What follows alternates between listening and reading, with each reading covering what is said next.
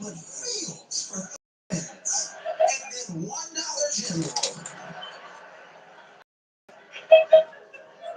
Was a man working there from the 1800s? No.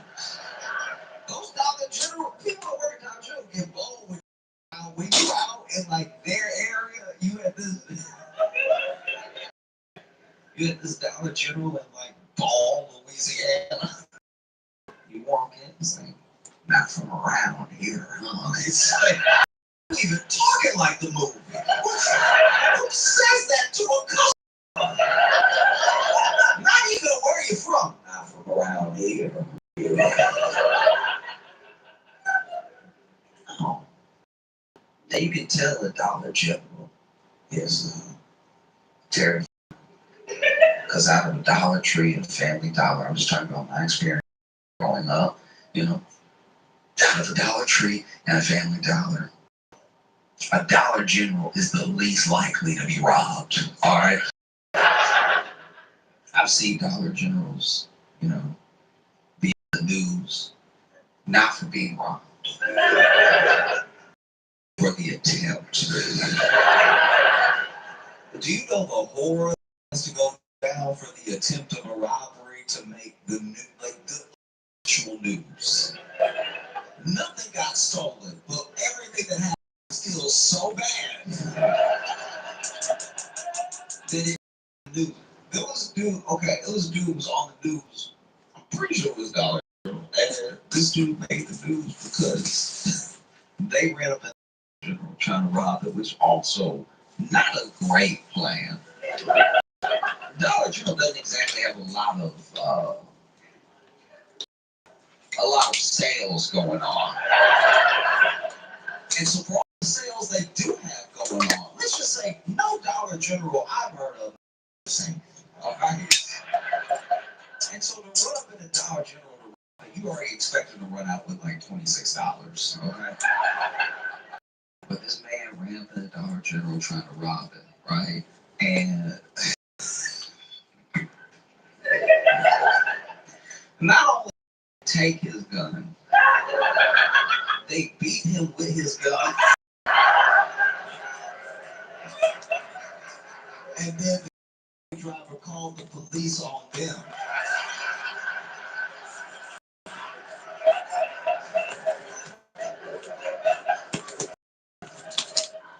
I'm just curious how that went. Because when you run up in a robbery, you at least have what one would hope is the element of surprise.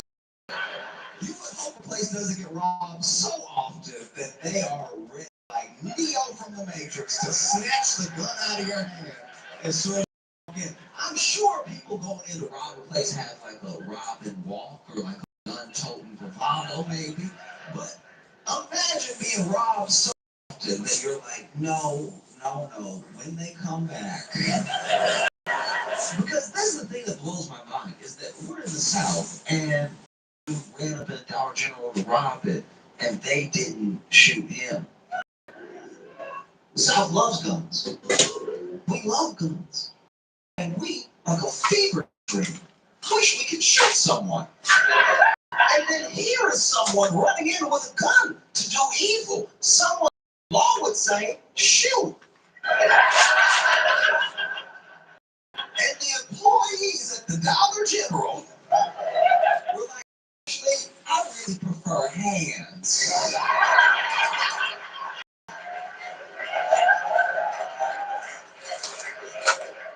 Imagine how crazy you have to be, how bad of a week you must be having for somebody to run up in there with a gun out to rob you, and you go, this is exactly what I needed. You know what? I'll tell you something about the Lord, all right? The Lord won't put more on you than you can bear, okay? And the Lord knew people have been trying me all week. People I was out to hit. People that I could never put my hands on. And so then the Lord and you at work, the place I hate most. Go in and take out a week's worth of frustration on you with this sawed-off shotgun.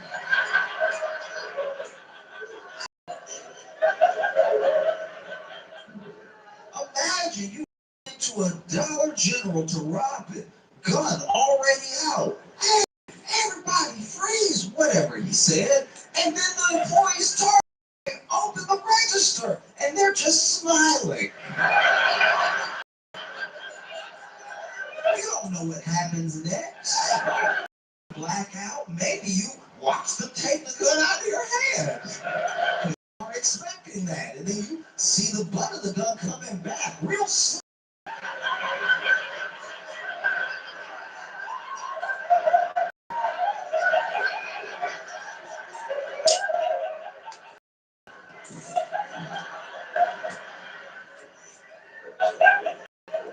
I'm sure the next part is a blur. I'm sure all you really know is you hear yourself getting whooped. It's almost like an out-of-body experience. You forget, was this my gun the whole time? It's like my gun.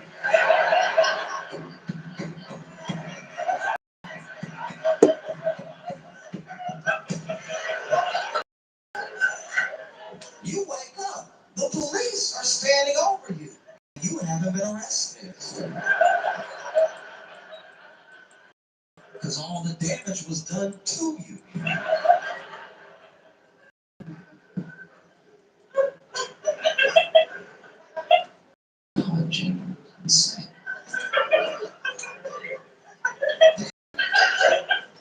It's crazy too because every once in a while, Dollar General will buy a store that used to be a nice store. Like it used to be a dope store. Like truly, it used to be like crazy. Like I remember there was a place I went with my grandma, and I don't even remember the name. That's how like it was where it was just a memory of being with her, her holding my hand, and us walking in this place. And you know, your little things are bigger. So I'm sure if I went there, it would look like the size of a regular department store. But she took me to this place, and it was huge. It was so big, right? And she bought some socks, she bought some other stuff, and we left. And I remember when I would ride with her, because you know I would go with my grandma during the summers or after school. My mom would drop me off because she would still be working and stuff. And so when I run errands with my grandma, we pass that place over and over. I always want to go back inside because I had such a fun. There were so many toys. It's just huge, right? And it had closed, and so my grandma would remind me every time that it had closed. And eventually it became like a dollar store chain, dollar store. And I remember it being like, man, that place was cool.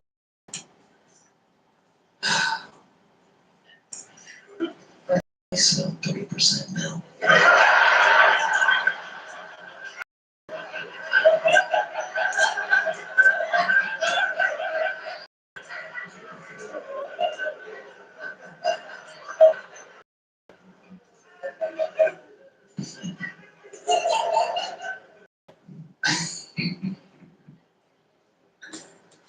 Oh, man.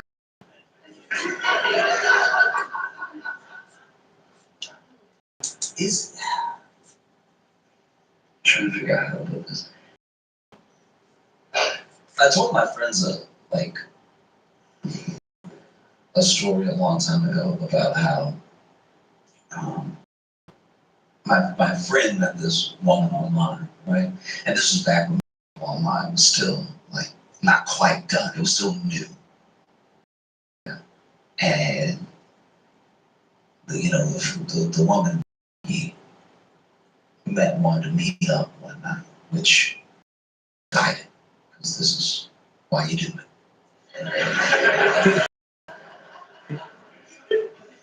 And she said she wanted, and he was like, "Where do you want to meet?" And she was like, "Oh, behind the library."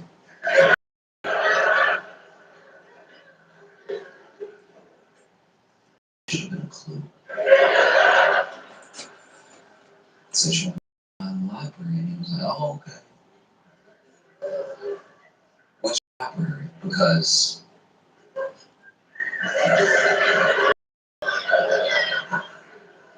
so she told him which branch. And then and It just took him too long to realize he was robbed. Do you know what I mean? Like it's just like even when he showed up and it was two dudes, he was like, "But where's Sarah?" Wake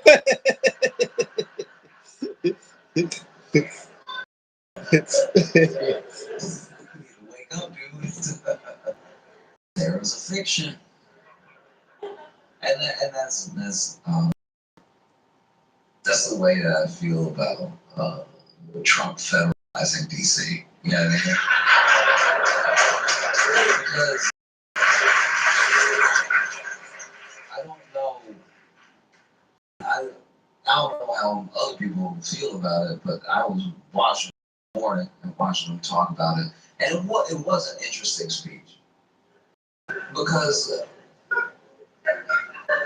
you would have thought he would have on crime the whole time, but he definitely diverted a few times. Like there was one point where I really don't like. I'm not even joking right now. I genuinely don't understand what he was trying to say. There was one point where he was talking about how like trans people fight or something, and it just started to feel like the kind of conversation you have with someone who is 2,000 years old. It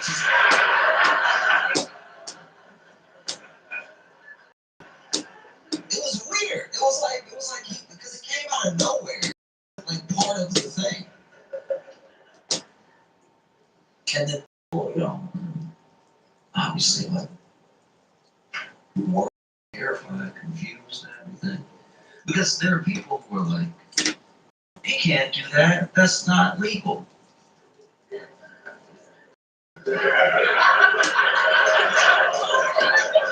And whenever I hear that, I'm like, what are you?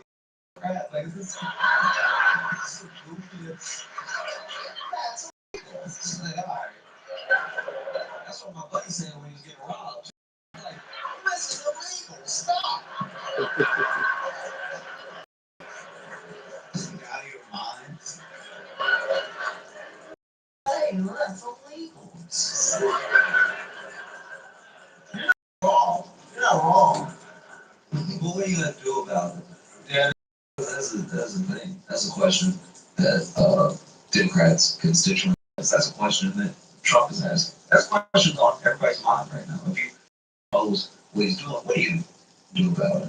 You know? And I'm not gonna act like I know what to do at all because I genuinely don't. I mean, I know that people protested today off of the announcement, off the fact that like just imagine in DC and Trump says he's gonna like deploy the National Guard, and you just like not only at this like 25, 30 year low, but like you just got to the point where you were probably starting to feel kind of safe on the street, and now it's gonna be the National Guard looking at you every day, confused why they're there too. Yeah. People forget that the armed forces, obviously, soldiers are supposed to follow orders and everything like that, but the armed forces are filled with people of different backgrounds and opinions and everything. So it's not as if everybody that ever gets deployed is excited to deploy. And it's not as if they're always well taken care of when they deploy. These people, they signed up a service for the country. I'm curious how they feel about being deployed against the people that they're supposed to protect instead of against like some foreign invader or something. I'm not gonna act like I know. I've never served or anything, but I've talked to people in the service and they come from all different types of backgrounds. They vote in all different things, and I'm sure that if you're walking down the streets of DC feeling disheartened, feeling like you're being occupied, there's probably somebody standing there as you walking to work that's like,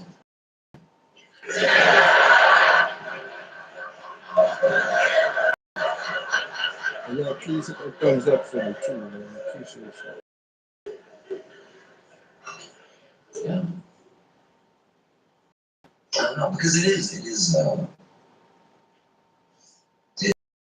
been on my mind all day and trying to figure out how to not just like talk about it, but say more than just like, I think that might be bad. Like I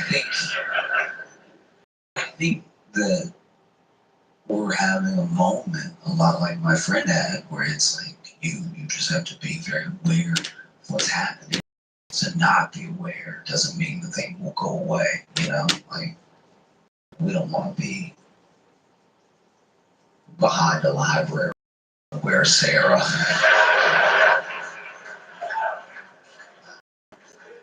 for our entire democracy. Because that's, yeah, I think that's the thing that I find so like aggravating about it is that he is a person that tells you what to do and then he does it. And then there are people who supposedly like him that are positive he's not going to do the thing they said he was going to do. They're like, no, he won't do that though. It's like, then why would he say, he trolling? Like he's just like, all right, well, he's not. No, he wouldn't do the thing he said he'd do. Who does that?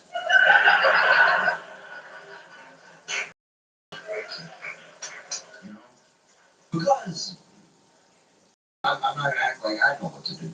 And I think it's more important for everyone everyone should know on every level their representatives are and what they do and what they're doing for you right now. And it's easier to hold those people out when you know who they are. You know what I mean? Like your state or everything down to like, all of it.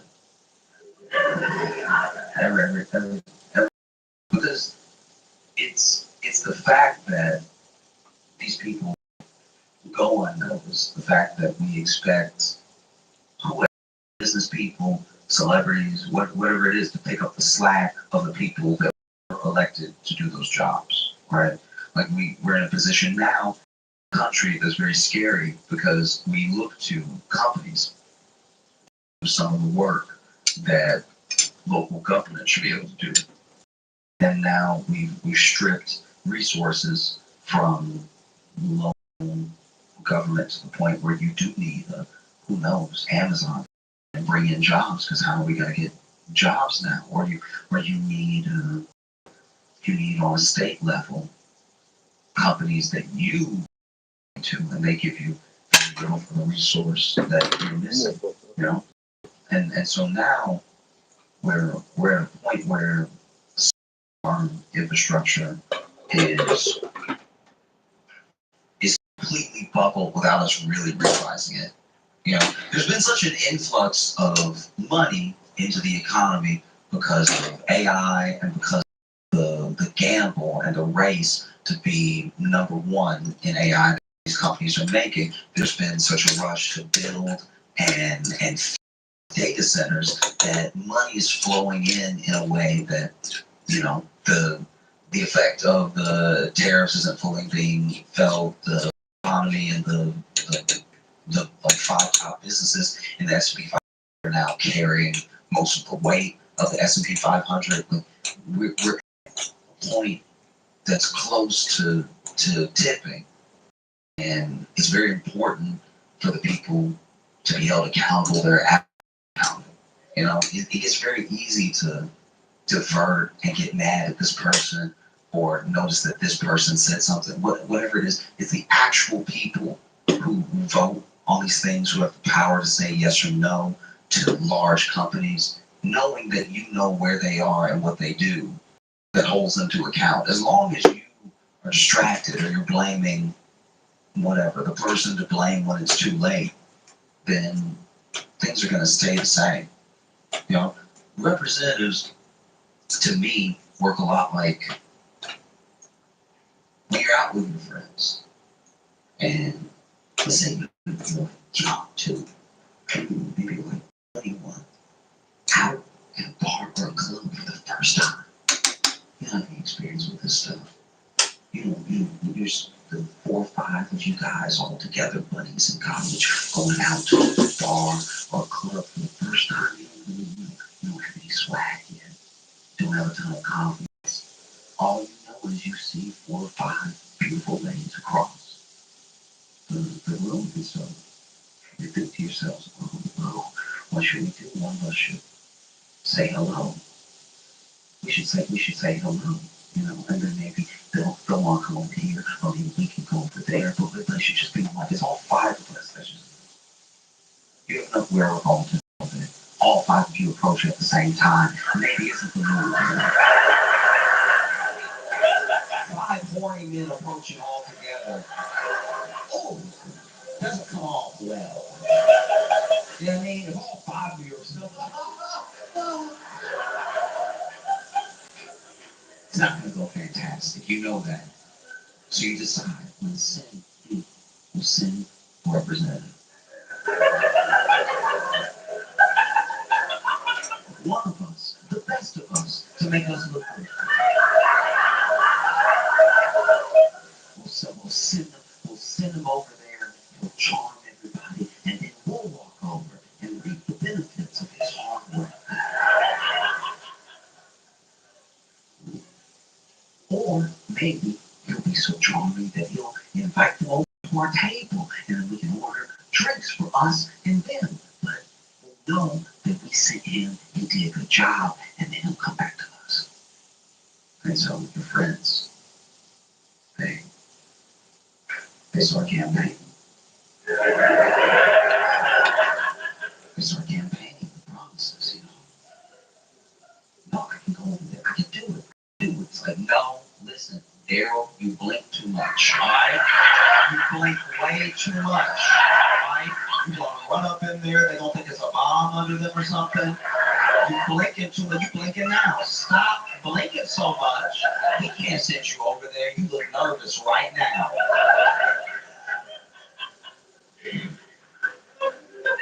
And so then the group nominates Mark. Mark has at least had a girlfriend. He knows how to talk to women. He's had a girlfriend, he has sisters, and a mom. He knows what to do. Let's get Mark over there. So Mark, elected by the group, goes over there. Hey, before he walks over, he says something that Mark would say. He stands up and he's like, hey guys, thank you so much. I mean, your faith in me means a lot. I'm gonna go over there. I'm gonna do my best for us, for all of us. Okay? I appreciate you all so much. And look, I'm gonna do my darndest. Who knows what the result will be, but your faith in me means the world. No matter what, we're gonna have a great night tonight. Okay? See y'all in a second. And he goes over, he makes his approach. And because Mark is engaging, he's sweet, and he's interesting, he's easy to talk to, and because he's extroverted and he's outgoing, he knows how to approach without creeping or intimidating. And so, what you see, these 5 ladies having what looks like a really good conversation with Mark. Thanks for looking up. This is incredible. The body language is phenomenal. Mark is over here working the world.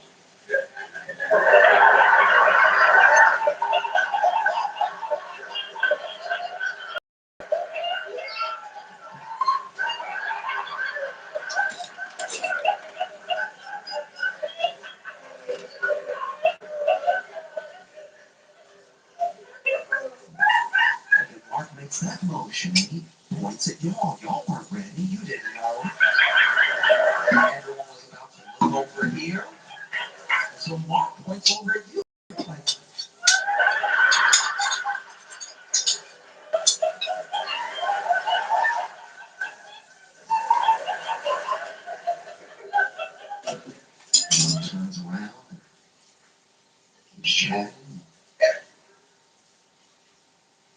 while, things start to slow down. You don't even know why. Some nods, still a couple of laughs. Then he isn't beckoning you on. He isn't giving thumbs up that they're about to head back with him.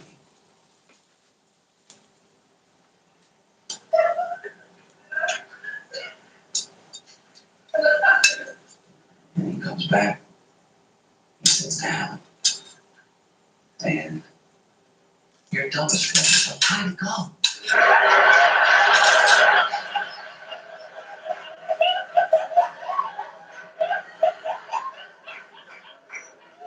And Mark says, well, fellas, they all have husbands.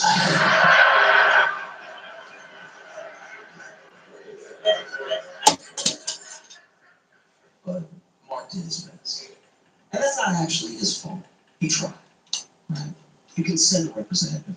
They can promise to do something and make the things bigger than the promise that they made. That is possible. That they tried as hard as somebody could try. And they didn't deliver because the circumstances weren't there. But let's talk about a different scenario, a more common scenario. Maybe Mark was sick. He wasn't even there. He's at home. Woo! My buddy Chet is campaigning.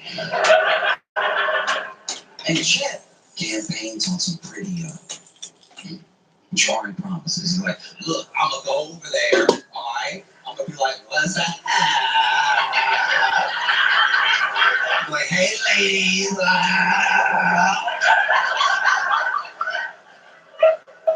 know, that'll get their attention real quick because I'm going to pop up right in. I'm not even going to just like stroll up. I'm going to walk up and then I'm going to clear those last two steps real fast, really get in their face. Pow, right? Like that. What's up, ladies?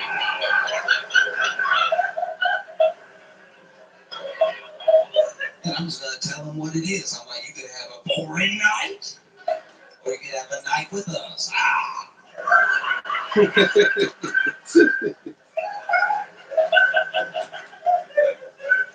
And look, Chad is the loudest. He's the loudest. He's the most adamant with the supposedly strongest campaign.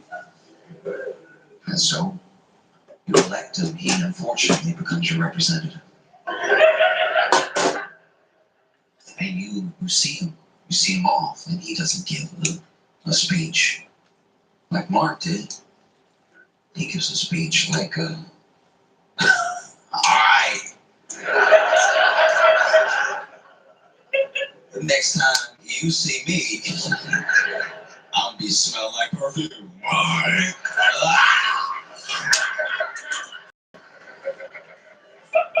And then he walks over, and you see him walk over. And his approach is startling. Because he can't just walk over. He's doing like he's doing a walk that's like kind of Denzel, but if Denzel was severely hurt. Denzel has that swag to his walk. Chet is over here.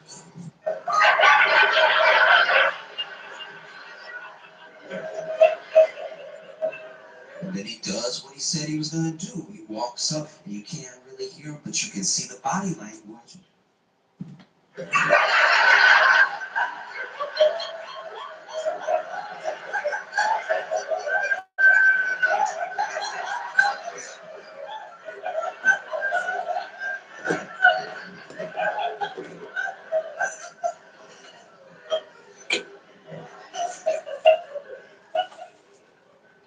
You don't hear him give his little speech, but you can tell when he gives it because everybody slapped him.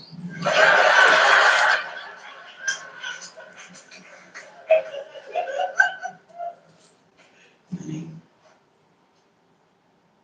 walks back over.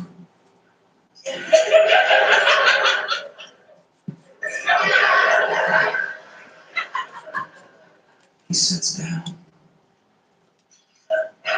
dumbest friend goes, how'd it go? And he's like, man, let's get out of here. Everybody's stuck up in here.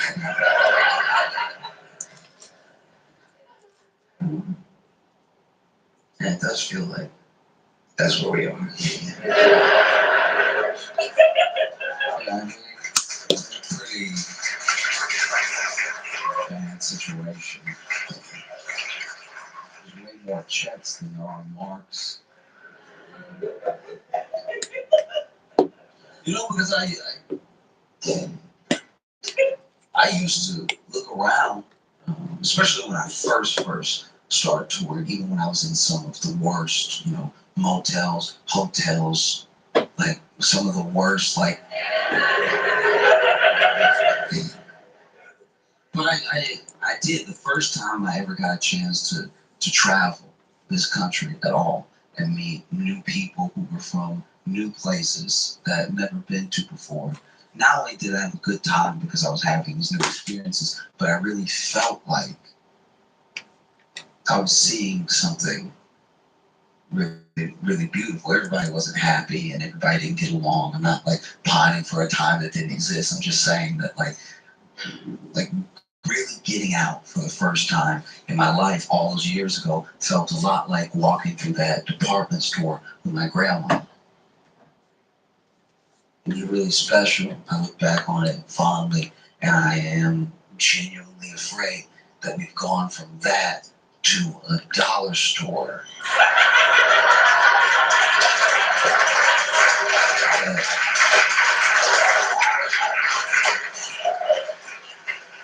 That sells 3% milk.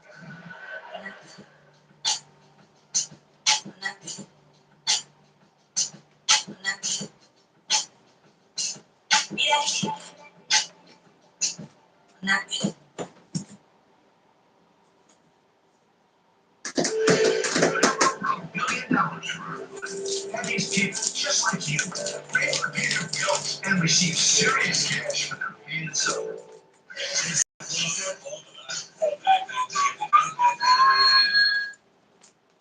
A man who works hard, sweats hard, works by sweat and fights sweat. So coach thought I was slacking. You see this?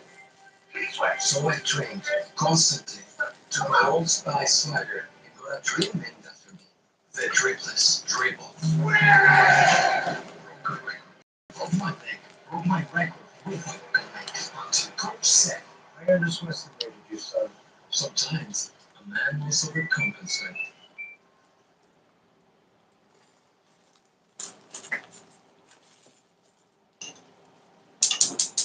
Please make a bunch of noise right now for my friend Josh Johnson!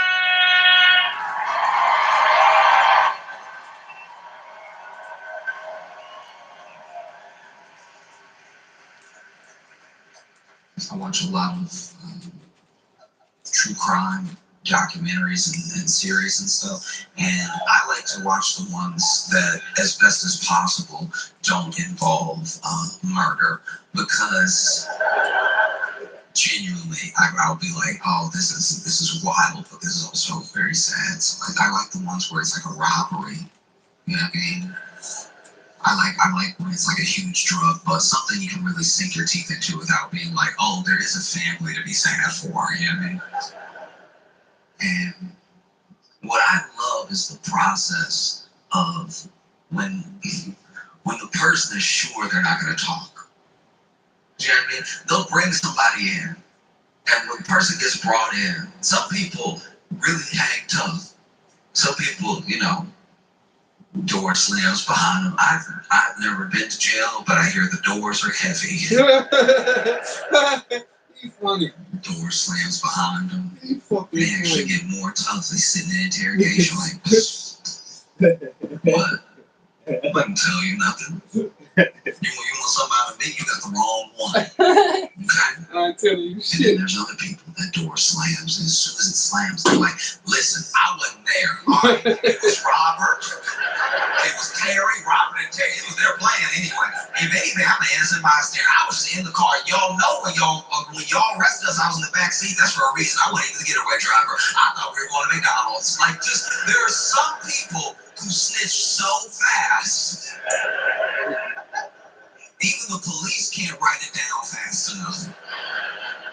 Police are like, we got on tape too, but yeah, this is too fast for the shorthand. Imagine you snitch so fast you make a cop go, hold on.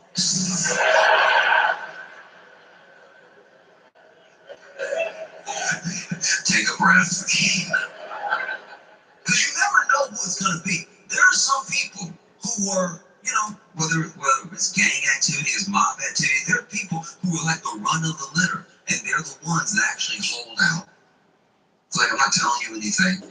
I don't even think you have enough on me. Let's play. Let's roll the dice.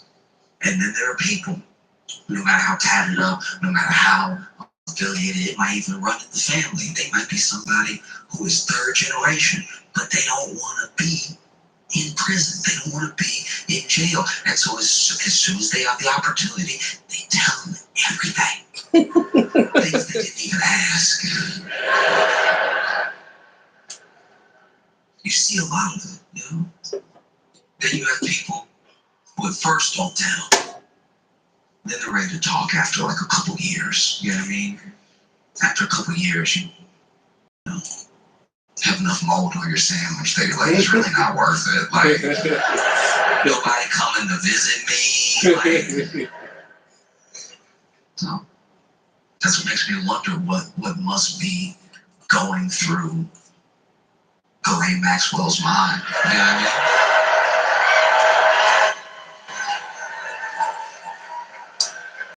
Look,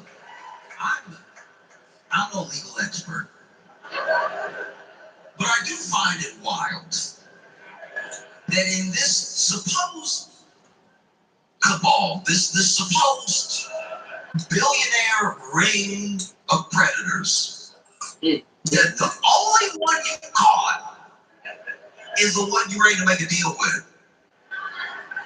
And a deal for what? You know what I mean? Exposing more names? Bringing other people down? Probably not. Probably just being bribed to not say the president's name.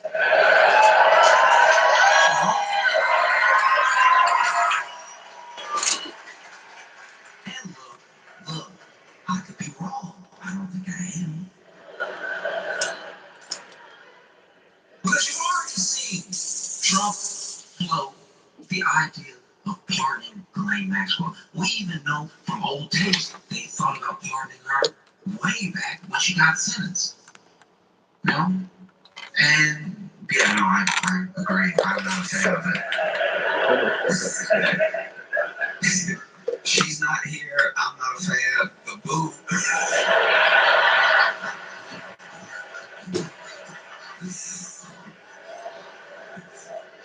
I'm really, this is somebody's essence being booed. Like this.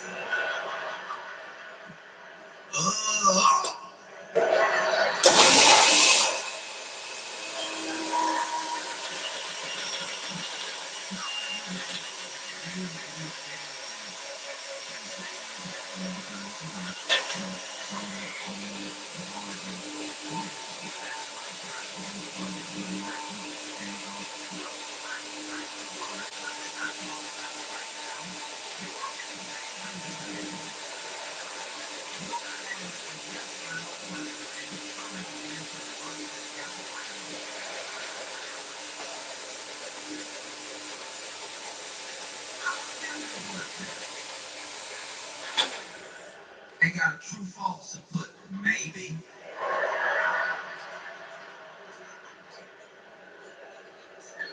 So I don't know, you the teacher, you tell me.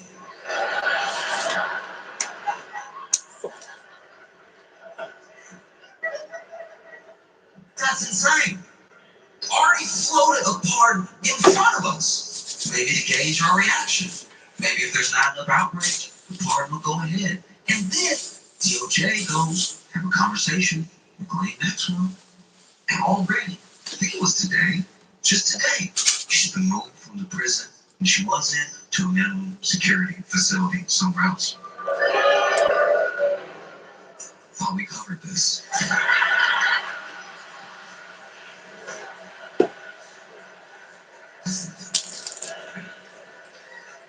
I too hope she can feel your booze. I hope booze work like laxatives, you know. Lane Maxwell just sitting in jail right now. You know, booze don't travel that fast, and so it comes in waves out of nowhere. She having a conversation. Oh yeah, Trump and Epstein were there. Ooh. That's my hope. No idea if that's the case. But, you know, you see this sort of thing happening. It feels insane. It feels insane to watch it in real time. This is the only person, the one person that got caught, the one person that's being held accountable. And everybody's so obsessed with the idea of a list or more people or whoever they want to be on the list being on the list that they forget that there were real people that deserve justice. And the idea that the only person that we've so far got might go free is unacceptable, you know? Because you see Trump floating, pardoning Ghislaine Maxwell, and I can't imagine what it must be like to be a Trump aide. Like your nose must bleed every day. I can't think of pardoning Ghislaine Maxwell. The aide is like, what? I asked you what you want for breakfast.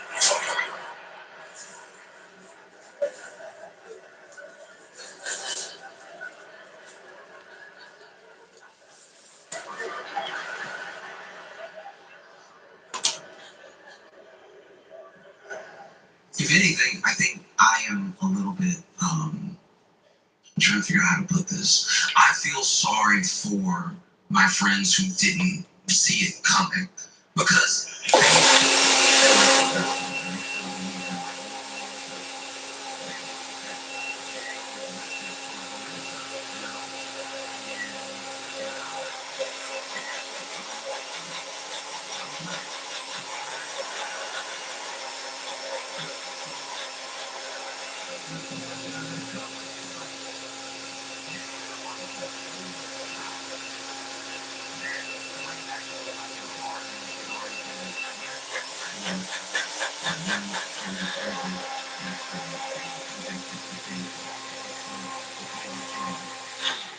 new light. Anyone who's surprised by that has never watched First 48 before. And they think that people aren't going to see through it. This is a lot like when you were in school and you didn't do your homework because you remembered there was homework, whereas the teacher says pass up the homework. And so you fighting, you've never worked a pencil harder, you fighting to get words on a page. It doesn't even make sense what you're saying. It's you going over the whole scarlet letter as fast as you can. And then you pass it up. Teacher collects all the papers, and you think, maybe I got away with it. All we had to do was 300 words summarizing the last chapter of Scarlet Letter. I think I did it. Pulled it off. It felt like 300. Might have been 290. And then class is going on. Maybe you have to read while the teacher grades the homework, and then teacher says your name. Calls you up to the front. You're like, okay, don't panic. Maybe I did a good job so fast she's impressed. That's a possibility. And you walk up to the front. And the teacher's like, did you do this just now? You don't know what to do. Stress keeping you up? Introducing Lemon Balm by Vimergy. Its fast absorbing concentrate works at the cellular level, so you stay calm. energy, we can save ourselves. Hey, open face sandwiches and avocado toast of the world. Are you seeing this? This is a Smucker's of Jib J, the OG sandwich of all sandwiches. Anyone see that? Yes. Sounds like this is the OG of all sandwiches. That's what I'm talking about. Oh, I like what you do. Ingredient is impossible to ignore. Promised cookie formula. Ingredient. Who the hell write that commercial? That's funny. I like that.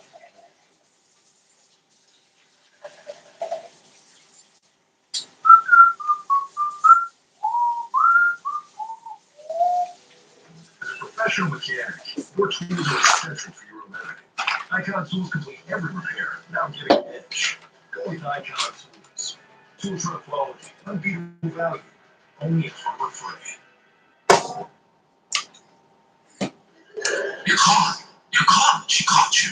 But there's another part of you that's like, maybe if I die with a lie, she'll believe. What? Just now?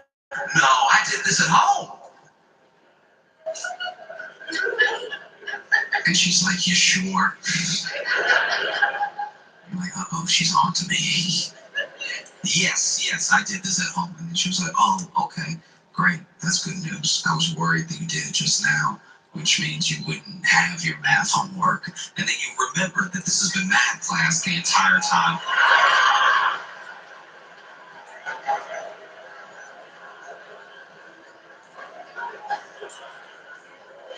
That at least feels like what Trump is going through.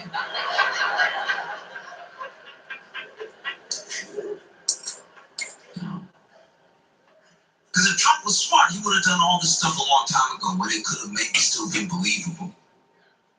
But now, everybody sees through.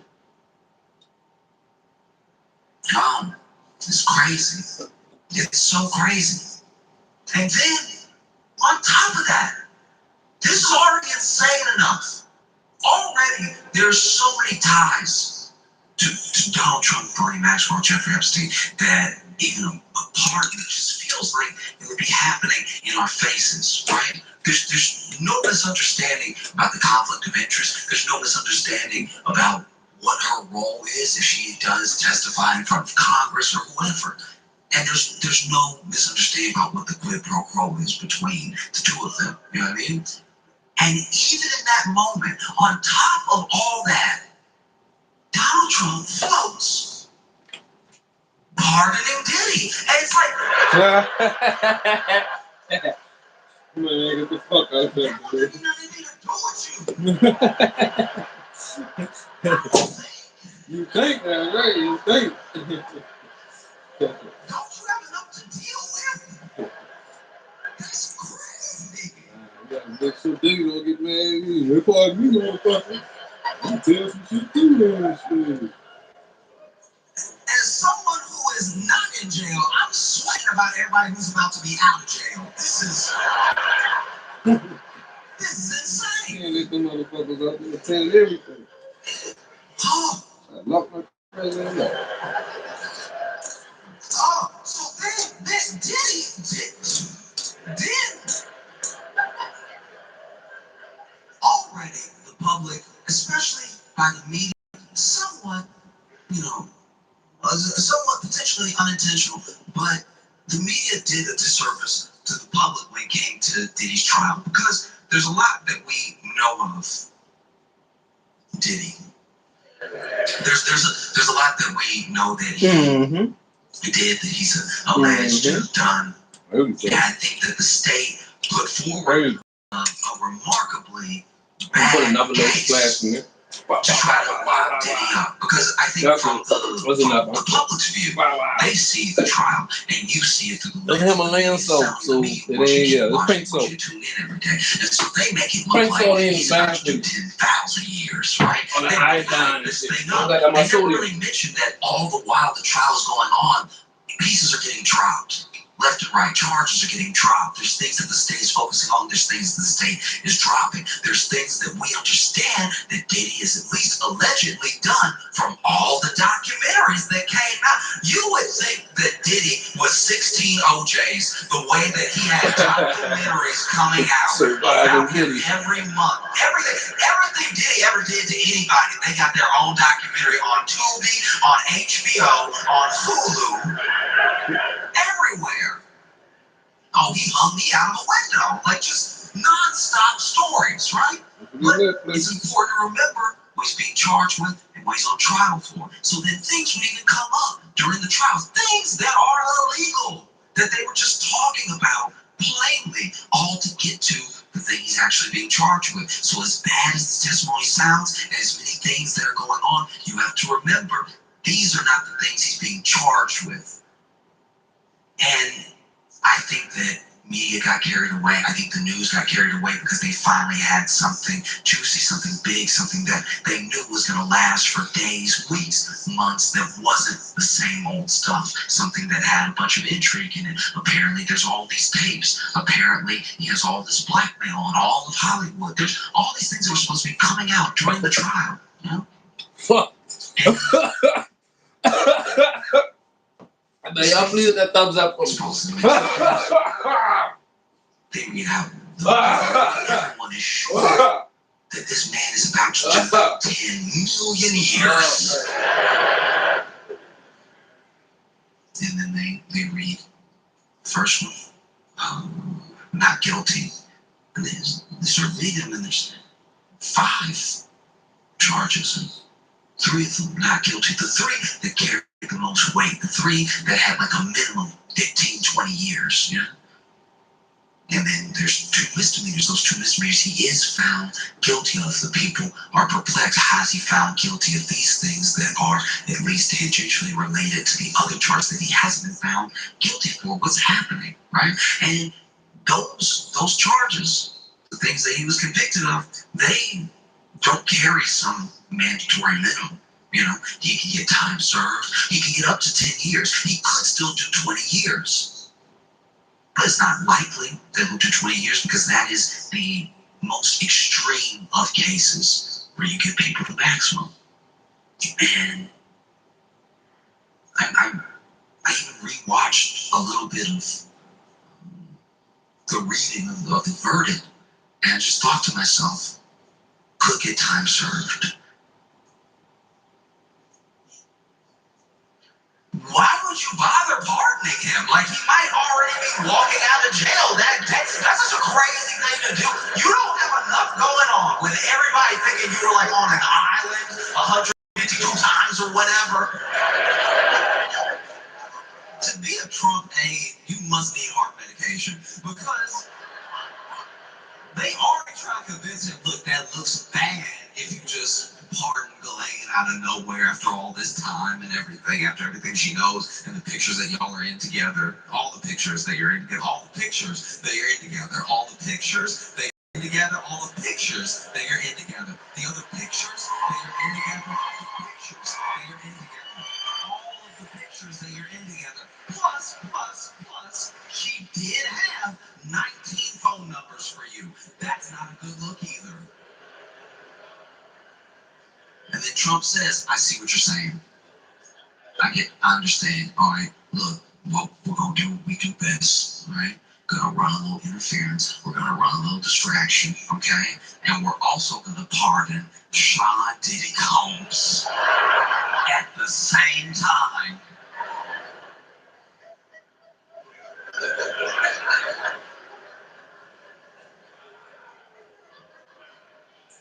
Karen, press secretary, must be fighting demons. I can't imagine. Look, everyone, whether it's Kellyanne Conway and Sean Spicer, anyone who has had to represent the Trump administration, go out to the press and answer questions. Look, I understand they chose that job. I understand that they chose to be there. But to a degree, you do have to wonder what the conversation is like before they go out. When they get handed a binder, and at the last second, one of the aides says, "He gonna pardon Diddy."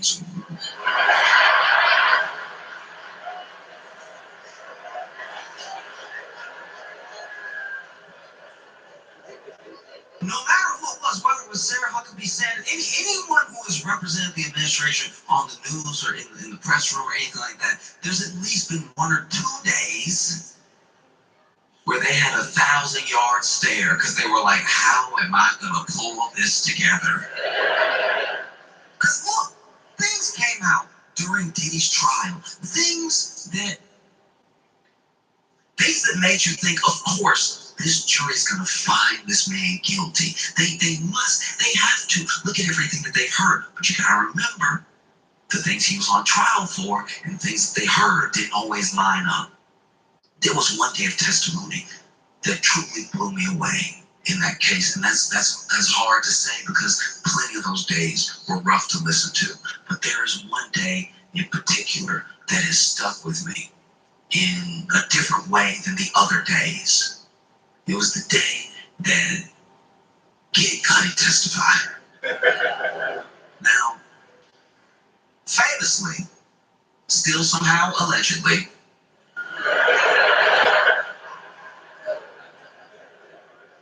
Diddy supposedly blew up Kid Cudi's car. You're bringing a man who has his car blown up to testify. You would think that that'd be one of the charges. I've never blown up a car in my life. But if I was brought to court to sit and hear testimony of my crimes, I would imagine the car blowing up would be one of them listed. Anyway, they bring in Kid Cudi. Kid Cudi's testifying about the timeline when he dated Cassie, things that happened between him and Diddy. And then he describes a day that is truly harrowing. Welcome to the mouth of America, where you're guaranteed to find one of these. And many contain pesticides, preservatives, toxins, and fillers. But with Memergy, there's a way to save yourself. With vitamin drops that contain no additives, no preservatives, nothing artificial. Introducing fast-absorbing vitamin drops by Memergy. We can save ourselves. George C. Gentry Lawyers delivers results. I was injured. They got me $774,000. Go with the name you know and trust.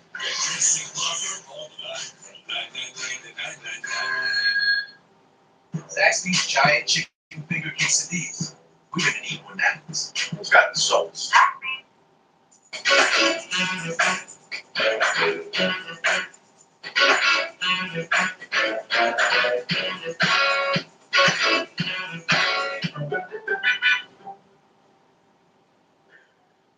Kid Cudi was testifying that while he was gone, he was actually, I believe, spending some time with Cassie, that Diddy hears about the relationship, is very upset about it, and Diddy went to and broke into Kid Cudi's house, right? So already, Diddy in your home, that's terrifying.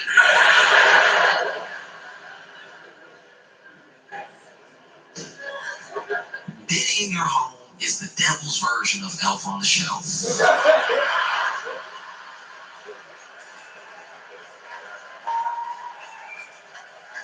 You don't know what he gonna do. You don't know where he gonna be.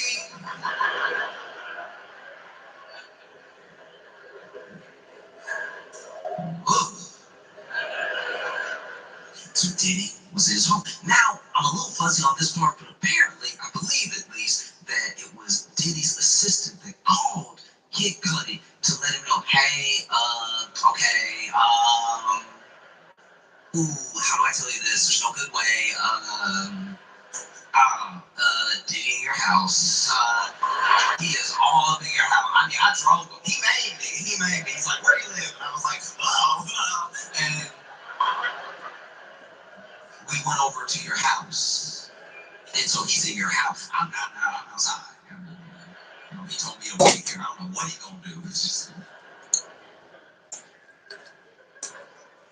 And so, you know, Kid Cudi rushes home. And not only is he rushing home, he actually, this is at least as I understand it, must have Diddy's number because they had a conversation. And he was like, yo, you in my house? You in my house? Bass in voice, ready to beat somebody down. You in my house? And apparently, Diddy very calmly said, yeah.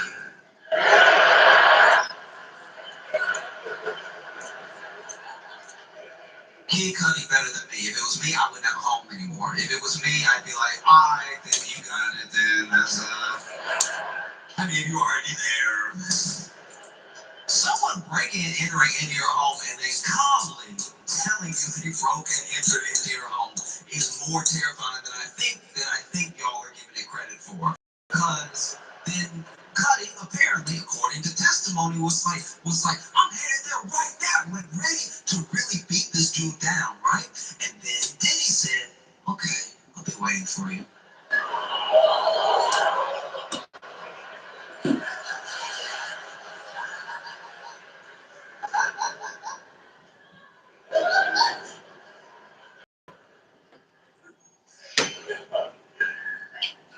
I wasn't in court. I had to read all this. And I haven't read a novel by Stephen King scarier than what I read between the two of them. Kid Cudi gets home, then he's gone. He walks into the house. Now, that's braver than me.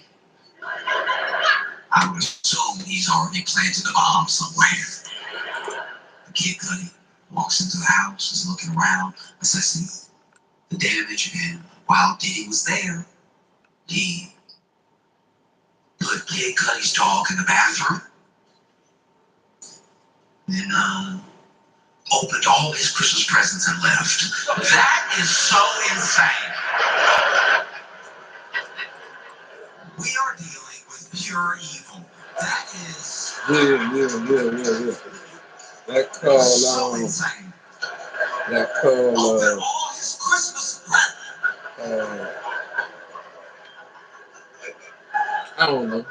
How No is chicken, he no all chicken, at once one of the most menacing figures that hip hop has ever seen, and a third-grade bully? How is it possible that both of these characters hold the same space in the same body? Because that is so particularly evil.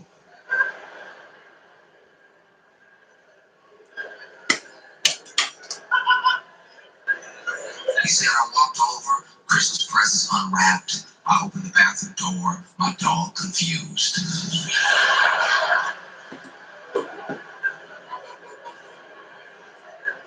And why wouldn't the dog be confused? Let's, for a moment, if you will, put yourself in the dog's claws. All right? Bust this down, Mason. I'll catch y'all boy on the flip side. Your dog.